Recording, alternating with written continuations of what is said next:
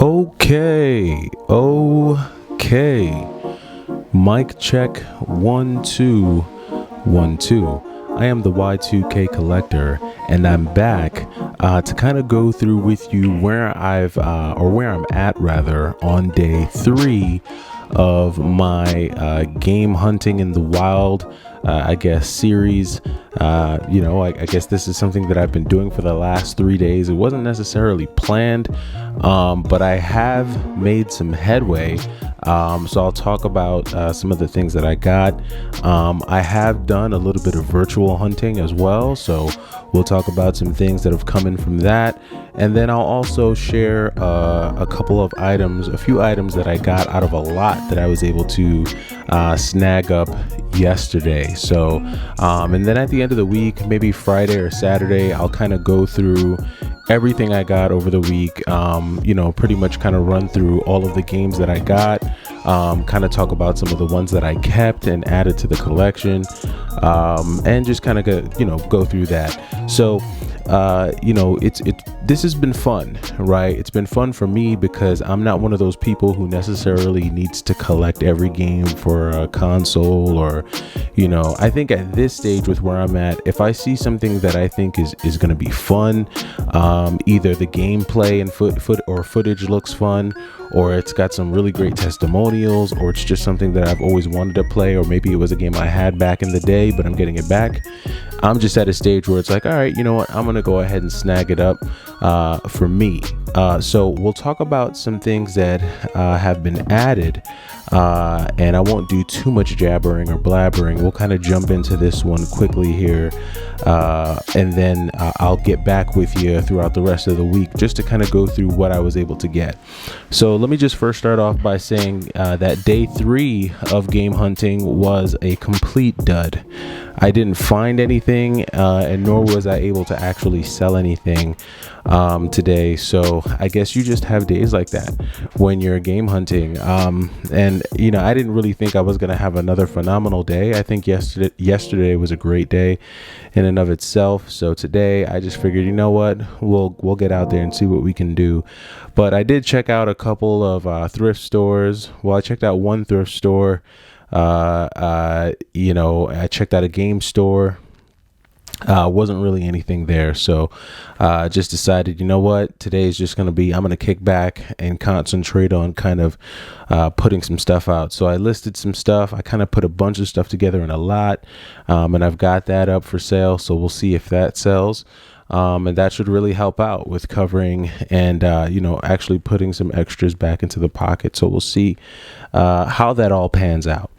So without any more jabbering or blabbering, let's get into it. So the first game that I got here, I'm a big fan of Greek mythology, that whole ancient Roman type stuff. And so, if you've been following the channel, I've been picking up Xbox One games. And so Rise, Son of Rome, the day 1 edition.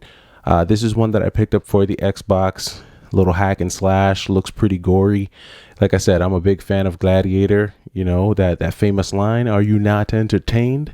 Right? So we all know about that. Old Russell Crowe putting it down in that movie. Great stuff. So I love things like that. And so Rise seemed like a game that would be cool to pick up. And this was a very cheap pickup. So Xbox One games are very cheap, and figured I'd snag that up. So Rise, Son of Rome is one that I picked up on the Xbox One. Then we have one that looks pretty cool. Kind of looks like a little bit of a hack and slash adventure game. And that is Sekiro. And again, I've only been kind of, picking up Xbox One games for a little while now, but I don't see a lot of these types of games on the Xbox One. So whenever I come across them, I pick them up. And Sekiro Shadows Die Twice just seemed like something really cool. Like I said, I saw the gameplay footage, hack and slash, got some adventure elements. I like it. So I snagged it up on the Xbox One. So those are my Xbox One pickups for, so far this week. We also had some NES stuff come in. So I'm very particular about the NES, and I know there's a lot of ways that you can play a lot of those. At the end of the day, you can always emulate any NES game. But if you want to kind of have something a little bit more closer to that whole nostalgic feel, that's where things like the SNES Mini come in. And then at the end of the day, if you just want to play the real thing, you got to get a Super Nintendo and then just buy the cartridges. I'm not a cartridge-based guy, but when I do run into what I feel are uncommon SNES games or games that I saw or had as a kid, I'm going to snag them up. And I still have an SNES, right? So here's one that I got. This is a pretty cool side-scrolling shmup, and this is Biometal. So this is Biometal on the Super Nintendo. Pretty cool horizontal shmup. It's got some pretty cool power-ups. Activision didn't even know they had a shmup on the SNES, but this is one that I snagged up. Pretty cool game, fairly clean on the SNES, and added that one. I think if I do decide to get any real, if I do decide to dive into SNES, I think I'll only focus on the beat 'em ups, the platformers, the shmups, things like that. I know some of those might get pricey, so it'll probably take me a long time to get them, but hopefully, if I put more time to the flipping and trading, maybe we can get it done that way. I don't know. We'll see. And then the next SNES game that I got was Cybernator. I love mech warrior type games. You've heard me talk about Wolfang on the Saturn, Assault Suit Lenos on the Saturn, Gigantic Army on the Nintendo Switch, all the Gundam games, Tech Romancer on the Dreamcast, Virtual on the Saturn and the Dreamcast, Armored Core on the PSP. I mean, you name it, right? So I'm definitely into these types of games. Steambot Chronicles. So, I really like those, and I picked up Cybernator because it looked like an SNES kind of 2D run and gun shooter. So I picked it up, and I'm just doing the loose carts, nothing crazy on these SNES games. I feel like the hard plastic on the SNES cartridge is enough of a case for me. The box is cool if you can get the manual, but to me these things are so darn durable. I mean, these things could take a beating and they'll keep playing, and that's the beauty of those old consoles. They're just so durable. All right, now we're gonna kind of get into some of the stuff that I got out of that lot. As you know, I mentioned yesterday that I had a really big lot, and I'll have footage when I do my end of week recap. I'll share some footage of some of the stores I went to, the lot and everything. But in that lot, it included a Game Boy Advanced, the Indigo. So there was an Indigo Game Boy Advanced in that lot. I kind of just wiped it down. The Game Boy Advance is cool, but it's not backlit, and I don't want to struggle trying to play this game. So I may try to look into figuring out how to mod it and install a backlit screen. So I may do that. But this was a part of that lot, and when I was kind of separating what I wanted to trade and keep, this is one that I wanted to keep. This is one of the more comfortable Game Boys to play. In my opinion, it's more comfortable than the Game Boy SD. Even the original Game Boy, I think it's a little more comfortable than that. And there's a ton of great Game Boy Advance games out there. So this is one that I definitely kept, and I'll stow it away. I don't think that I'm going to do too much Game Boy Advanced game hunting. But again, now it's just one of those things where if you see something interesting at a cheap price somewhere, now you know that you can pick it up. You have the console to go with it. And again, that was part of a big lot, so it was pretty decent.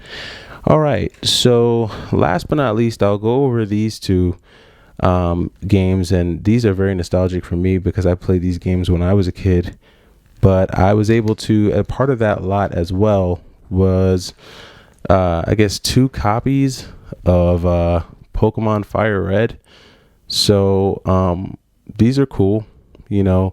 Gave these both a little wipe down, and well, man, trying to get this thing to focus is crazy. But yeah, gave these a little wipe down, and we were good to go. And Pokemon Fire Red is a great game.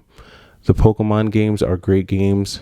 But again, if you follow the channel, I'm not much of a Nintendo guy. I don't really talk about a lot of Nintendo games on this channel. I'm usually really just talking about PlayStation, Sega, Sony, things like that. I just started diving into the Xbox, and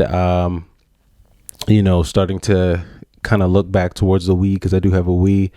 But now that I have a Game Boy Advance that came in with that lot, now I can keep my eyes peeled for Game Boy Advanced games. And when I was in college, I remember I had a Game Boy Micro. And I want to say one of the games that I had for that Game Boy Micro was, I think it was a copy of Shaman King. And that was a really fun game, Shaman King. Yeah, it was a fun one.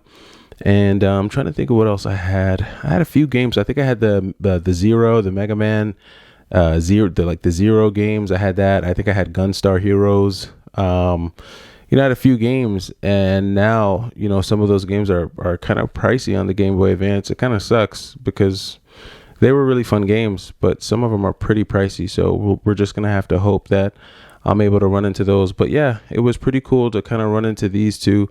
And I will probably keep one of these and then trade one of these away, see what I can pick up. So that pretty much does it for the pickups so far this week. Like I said, at the end of the week, I'll have a recap. I'll go through everything that I got, everything that I kept, and then everything that I sold and traded off. Thanks for sticking around. This has been an interesting week so far. Today was a bit of a dud, but we'll see what happens through the rest of the week. I am the Y2K Collector. Take it easy.